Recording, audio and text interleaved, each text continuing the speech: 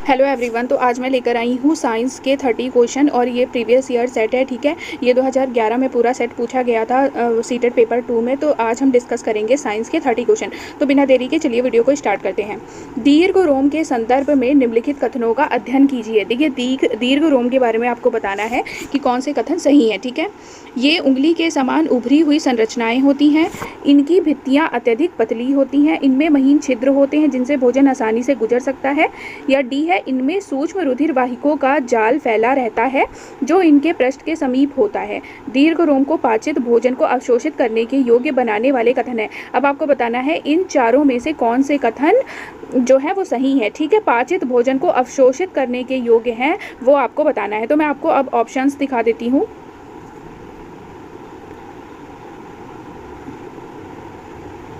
Options देख लीजिए, C D व ए होगा या डी ए बी सी या बी सी डी।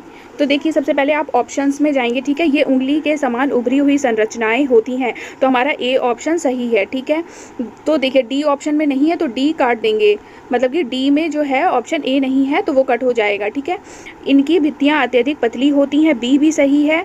तो ऑप्शन ए में बी नहीं है तो ऑप्शन ए कट जाएगा, मतलब अब हमारा आंसर बी या सी में से एक होगा। सी देखिए, इनमें महीन छिद्र होते हैं जिनसे भोजन आसानी से गुजर सकता है, सी भी सही है। तो हमारा ऑप्शन हो जाएगा ऑप्शन नंबर 3 हमारा राइट आंसर हो जाएगा, ए बी व सी। ठीक है, क्वेश्चन 2 है, विज्ञान की कक्षा में निम्नलिखित गतिविधियों में से किसका सबसे कम शैक्षिक मूल्य है। तो सबसे कम शैक्षिक मूल्य किसका है आपको वो बताना है। पहला ऑप्शन है वैज्ञानिक सिद्धांत की चर्चा करना, डिज़ाइन बनाना, मॉडल का निर्माण करना या सरल प्रयोग के बारे में पढ़ना। तो गतिविधि, निम्नलिखित गतिविधियों में से सबसे कम शैक्षिक मूल्य किसका है। तो सबसे कम शैक्षिक मूल्य है डिज़ाइन बनाने का। ठीक है, थर्ड क्वेश्चन है, निम्नलिखित में से कौन से कथन प्रकाश संश्लेषण के संदर्भ में सत्य हैं। इस प्रक्रिया में सौर ऊर्जा रासायनिक ऊर्जा में परिवर्तित होती है। प्रकाश संश्लेषण में CO2 तथा H2O का उपयोग किया जाता है। प्रकाश संश्लेषण में CO2 मुक्त होती है तथा O2 उपभुक्त होती है। प्रकाश संश्लेषण में O2 मुक्त होती है तथा कार्बन मोनोऑक्साइड उपभुक्त होती है। तो राइट आंसर आपको बताना है कि इन ऑप्शंस में से कौन से राइट आंसर्स होंगे। ठीक है, तो फिर से आप ऑप्शन देखिए, इस प्रक्रिया में सौर ऊर्जा रासायनिक ऊर्जा में परिवर्तित होती है, मतलब ऑप्शन नंबर ए सही है। ठीक है, तो ए किसमें नहीं है, ए में नहीं है और डी में नहीं है, तो ये दोनों कट जाएंगे।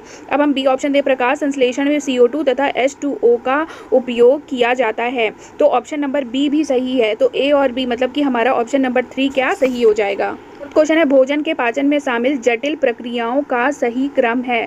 भोजन के पाचन में शामिल जटिल प्रक्रियाओं का सही क्रम कौन सा होगा। अंतर्ग्रहण, फिर पाचन, फिर स्वांगीकरण, अवशोषण या निष्कासन। फिर बी ऑप्शन है अंतर्ग्रहण, स्वांगीकरण, अवशोषण, पाचन, निष्कासन। सी है अंतर्ग्रहण, अवशोषण, पाचन, स्वांगीकरण या निष्कासन। ऑप्शन चौथा है अंतर्ग्रहण, पाचन, अवशोषण, स्वांगीकरण या निष्कासन। तो कौन सा ऑप्शन सही हो जाएगा। ऑप्शन सही होगा अंतर्ग्रहण, पाचन, अवशोषण, स्वांगीकरण और निष्कासन, यानी कि ऑप्शन नंबर 4। फिफ्थ क्वेश्चन है, निम्नलिखित में से कौन सी विधि एक मिश्रित योग्यता वाली कक्षा जिसमें विद्यार्थी संज्ञानात्मक विकास के विभिन्न चरणों में है के लिए सर्वाधिक उपयुक्त होगी। कौन सी विधि है जो मिश्रित योग्यता वाली कक्षा के विद्यार्थियों के संज्ञानात्मक विकास के लिए उपयोगी होगी, आपको ये बताना है। ठीक है, तो इसका ऑप्शन है प्रतिभाशाली विद्यार्थियों के लिए व्यष्टि अनुदेशन की योजना, विद्यार्थियों के बुद्धि लब्धांकों का औसत निकालकर उसके अनुसार शिक्षण की योजना, मूर्त वस्तुओं को शामिल करके हाथ से की जाने वाली गतिविधियों द्वारा अमूर्त संकल्पनाओं का सरलीकरण, पियाजे द्वारा बताए गए संज्ञानात्मक विकास के 4 चरणों के अनुसार कक्षा का 4 समूह में पुनः वर्गीकरण। तो इसका राइट आंसर क्या हो जाएगा। इसका राइट आंसर हो जाएगा ऑप्शन नंबर 3, मूर्त वस्तुओं को शामिल करके हाथ से की जाने वाली गतिविधियों द्वारा अमूर्त संकल्पनाओं का सरलीकरण। 66 क्वेश्चन है, अधिगम की जटिलता की प्रक्रिया के रूप में निम्नलिखित में से कौन सी विधि के उपयोग की सलाह विज्ञान शिक्षकों को नहीं दी जानी चाहिए। कौन सी सलाह नहीं दी जानी चाहिए आपको ये बताना है। गूढ़ प्रक्रियाओं को समझाने हेतु हस्त प्रचालित सामग्री का उपयोग करना, शिक्षण स्तर को अलग अलग विद्यार्थियों के स्तर से थोड़ा अधिक परंतु कक्षा के स्तर की सीमा के भीतर रखना, जटिल संकल्पनाओं को आरंभ करते समय विद्यार्थियों के चिंतन को प्रोत्साहित करने के लिए केवल मुक्त उत्तर वाले प्रश्नों को पूछना, विद्यार्थियों के पूर्ववर्ती ज्ञान का पता लगाने हेतु पूर्व परीक्षण लेना। तो इसका राइट आंसर हो जाएगा शिक्षण स्तर को अलग अलग विद्यार्थियों के स्तर से थोड़ा अधिक परंतु कक्षा के स्तर की सीमा के भीतर रखना, मतलब कि ऑप्शन नंबर बी। 67 क्वेश्चन है, वनों के संरक्षण के लिए एक सफल कार्य नीति आवश्यक है। इस कार्य नीति में शामिल होना चाहिए, क्या शामिल होना चाहिए? उपभोक्ताओं का बचाव, उच्चतम पोषी स्तर के जंतुओं अर्थात शीर्ष के मांसाहारियों का बचाव, क्योंकि वे शाकाहारियों पर सीधे निर्भर होते हैं। वनों के सभी भौतिक एवं जैविक संगठनों के संरक्षण के लिए व्यापक कार्यक्रम या शाकाहारियों का बचाव। तो क्या करना चाहिए, क्या शामिल होना चाहिए? देखो, वनों के संरक्षण के लिए एक सफल कार्यनीति आवश्यक है और इस कार्यनीति में शामिल होना चाहिए वनों के सभी भौतिक एवं जैविक संगठनों के संरक्षण के लिए व्यापक कार्यक्रम। ठीक है। 68 क्वेश्चन है, शिक्षण की प्रोजेक्ट पद्धति डैश के दर्शन के साथ सर्वश्रेष्ठ रूप से संबंधित है। तो शिक्षण की कौन सी पद्धति, शिक्षण की जो प्रोजेक्ट पद्धति है किसने दी है? आपको कुल मिला के ये बताना है। शिक्षण की प्रोजेक्ट पद्धति दी है जॉन डीवी ने। ठीक है। 69 क्वेश्चन है, जैव विज्ञानों में पाठ योजना डैश को ध्यान में रखते हुए मुख्य रूप से निर्देशित होनी चाहिए। पाठ योजना किसको ध्यान में रखते हुए निर्देशित होनी चाहिए? पाठ्यचर्या के लक्षणों और अधिगम परिणामों को बच्चों को कार्य उपलब्ध कराने में, कक्षा के औसत बच्चे की आवश्यकता को पूरा करने में या अभिभावकों को संतुष्ट करने में। तो किसको ध्यान में रखते हुए होनी चाहिए? ये होनी चाहिए पाठ्यचर्या के लक्ष्यों और अधिगम परिणामों को ध्यान में रखते हुए निर्देशित होनी चाहिए। ठीक है। क्वेश्चन है, विद्यार्थियों को अभिप्रेरित करने के लिए शिक्षक निर्देशन का आयोजन करता है लेकिन निर्देशन का अपेक्षित परिणाम नहीं आ पाता। शिक्षक के लिए सर्वश्रेष्ठ सलाह क्या है? विद्यार्थियों के साथ मिलकर निर्देशन की असफलता का कारण पता लगाना व उसे समझना। विज्ञान समन्वयक के पास एक नोट भेजना जिसमें उन्हें कक्षा में आने के लिए कहा जाए, ये नहीं है। निर्देशन को रोकना और उसे दोबारा करना। कक्षा को बताना कि निर्देशन असफल हो गया है और उनसे कारण निर्धारित करने सहायता करने के लिए कहना, ये भी गलत है, ये भी गलत है। हमारा ऑप्शन पहला क्या है? सही हो जाएगा। ठीक है। विद्यार्थियों के साथ मिलकर निर्देशन की असफलता का कारण पता लगाना व उसे समझाना। 1 क्वेश्चन है, भारी बोझा उठाने वाली कूली सदैव ही अपने पास एक लंबा कपड़े का टुकड़ा रखते हैं। अपने सिर पर बोझ को रखने से पहले वे इस कपड़े को गोल चकती की आकृति में लपेटकर अपने सिर पर रखकर फिर उस पर बोझ रखते हैं। ऐसा करके वे क्या करते हैं? बोझ का प्रणोद घटा लेते हैं, संभावित चोट से अपने सिर का बचाव कर लेते हैं, अपने सिर से बोझ के संपर्क क्षेत्र को बढ़ा लेते हैं या अपने सिर पर बोझ द्वारा लगाए बल को घटा लेते हैं। तो इसका राइट आंसर हो जाएगा बोझ का प्रणोद घटा लेते हैं, मतलब कि ऑप्शन नंबर 1। ठीक है। 72 क्वेश्चन है, सितार बजाने से पूर्व कोई सितार वादक सदैव ही सितार की डोरी के तनाव को समायोजित करता है और उसे उचित प्रकार से झंकृत करने का प्रयास करता है। ऐसा करके सितार वादक समायोजित करता है। क्या समायोजित करता है? ध्वनि की तीव्रता, सितार की डोरी का तारत्व, सितार की डोरी द्वारा उत्पन्न ध्वनि की प्रबलता या कंपन का आयाम। तो ऐसा करके वो समायोजित करता है सितार की डोरी द्वारा उत्पन्न ध्वनि की प्रबलता, यानी कि ऑप्शन नंबर 3। ये 3 क्वेश्चन है, जब उच्चतर कक्षा के बच्चे शोध कार्य करते हैं तो शिक्षक को जिस मुख्य समस्या से जूझना पड़ता है वह क्या है? पब्लिक पुस्तकालय का सहयोग प्राप्त करना, बच्चों को नकल करके विश्वकोशों और पुस्तकों से शब्दशः उतारने से रोकना एवं प्रभावी तरीके से उनका मार्गदर्शन करना, उपयुक्त सामग्री खोजना या इंटरनेट पर विद्यालय पुस्तकालय में समय का सूचीकरण करना। तो इसका राइट आंसर क्या हो जाएगा? इसका राइट आंसर हो जाएगा ऑप्शन नंबर 2, बच्चों को नकल करके विश्वकोशों और पुस्तकों से शब्दशः उतारने से रोकना एवं प्रभावी तरीके से उनका मार्गदर्शन करना। ठीक है। 74 क्वेश्चन है, आहार नाल का वह कौन सा भाग है जो यकृत से पित्तरस ग्रहण करके इसे पित्ताशय में संग्रहित करता है? क्षुद्रांत, अग्नाशय, अमाशय या ग्रसिका। तो कौन सा वह भाग है जो यकृत से पित्तरस ग्रहण करके पित्ताशय में संग्रहित करता है? तो वो है क्षुद्रांत। 75 क्वेश्चन है, निम्नलिखित में से किस पाठ में पहले सामान्य नियम स्पष्ट किए जाते हैं उसके बाद उदाहरण दिया जाता है? ऑप्शन है संज्ञानात्मक पाठ, कौशल पाठ, निगमनात्मक पाठ या आगमनात्मक पाठ।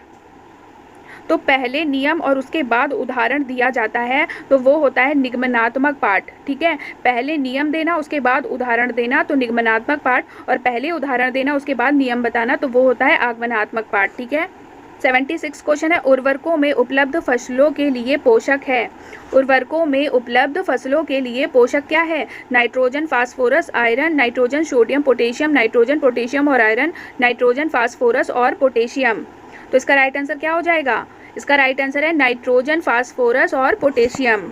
27 क्वेश्चन है, विज्ञान में पाठ्यचर्या योजना के विषय में निम्नलिखित में से कौन सा सर्वाधिक उपयुक्त है। विज्ञान में पाठ्यचर्या योजना के विषय में बताना है सबसे अधिक उपयुक्त क्या है। यह प्रत्येक सत्र के लिए प्रत्येक कार्य इकाई का विवरण देती है।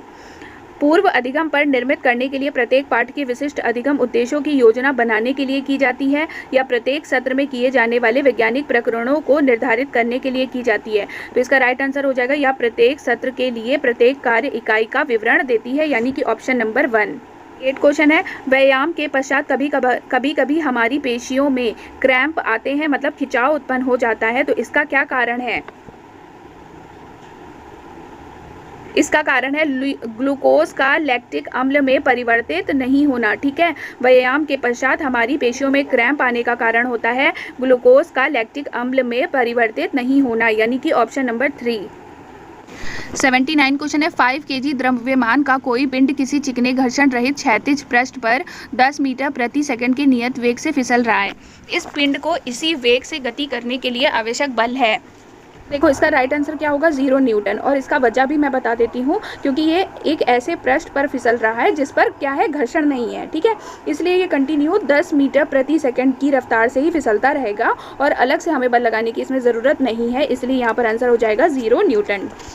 80 क्वेश्चन देख लो। 80 क्वेश्चन है, निम्नलिखित में से पाचन तंत्र के भागों के उस सही समुच्चय को चुनिए जो कोई पाचन कार्य नहीं करते। इसमें से हमें वो समूह चुनना है जिसमें कोई पाचन कार्य नहीं होता हो। ठीक है, तो ग्रसिका, मुख गुहिका, बृहदांत्र, क्षुद्रांत, बृहदांत्र, मलाशय, ग्रसिका, मुख गुहिका या मलाशय, ग्रसिका, बृहदांत्र या मलाशय। तो इसका राइट आंसर क्या होगा, इसका राइट आंसर होगा ऑप्शन नंबर 3, ग्रसिका, मुख गुहिका और मलाशय इसका राइट आंसर हो जाएगा, और ये कोई पाचन कार्य नहीं करते। 1 क्वेश्चन है, मानव की आहार नाल के विभिन्न भागों के सही क्रम का चयन करना है। मानव की आहार नाल के विभिन्न भागों का सही क्रम, तो आपको सही क्रम चुनना है और इसका राइट आंसर क्या हो जाएगा, ऑप्शन नंबर 3, मुख, ग्रसिका, अमाशय, क्षुद्रांत और बृहदांत्र। ठीक है, 2 क्वेश्चन है, भौतिकी के कड़े रूप से संरचित पाठ को यदि थोड़े लचीलेपन के साथ पढ़ाया जाता है तो यह उस विद्यार्थी के सीखने के लिए सबसे कम उपयुक्त होगा। कब कम उपयुक्त होगा आपको ये बताना है। तो ऑप्शन है जिसकी बुद्धि लब्धि 85 हो, जिसकी बुद्धि लब्धि 125 है, जो अति क्रियाशील है, जो सांस्कृतिक रूप से वंचित है। सबसे कम उपयुक्त किसके लिए होगा, तो इसका राइट आंसर हो जाएगा ऑप्शन नंबर 1, जिसकी बुद्धि लब्धि 85 है। 3 क्वेश्चन है, निम्नलिखित में से कौन सा विषमांगी मिश्रण है। विषमांगी मिश्रण आपको बताना है स्टेनलेस स्टील, आयोडीन युक्त नमक, गुब्बारे में भरी वायु या ब्रास या पीतल। तो इसका राइट आंसर क्या हो जाएगा, इसका राइट आंसर हो जाएगा आयोडीन युक्त नमक क्या है, विषमांगी मिश्रण है।